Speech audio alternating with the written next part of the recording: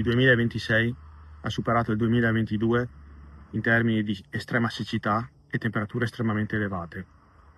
Questo ha comportato in tutto il Veneto più di 300 milioni di euro di danni e nella bassa padovana, dal Montagnanese al Conselvano, danni superiori ai 50 milioni di euro. Lanciano l'allarme gli agricoltori della CEA di Padova. La crisi idrica che sta colpendo il Veneto e la provincia di Padova avrà conseguenze peggiori rispetto al 2022. La situazione nella bassa padovana è già drammatica. Questa spiga è circa la metà di quello che dovrebbe essere, cioè una 25-30 centimetri. E poi vediamo ancora un'altra anche qua col famoso naso.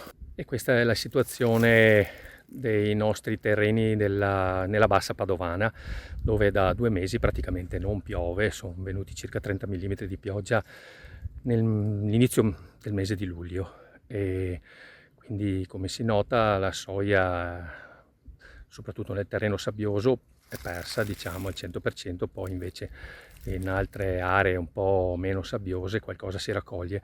Lo stesso vale per il mais. Anche Coldiretti avvisa che i raccolti sono a rischio e mette in guardia sugli sviluppi futuri del comparto. Il futuro quale sarà?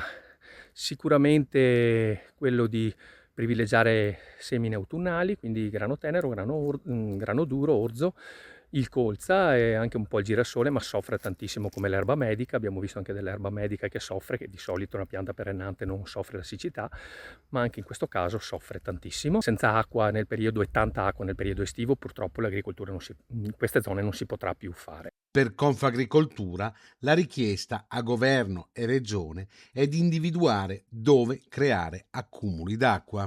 Chiediamo alle autorità di fare uno sforzo di progettualità rispetto alla creazione di sistemi di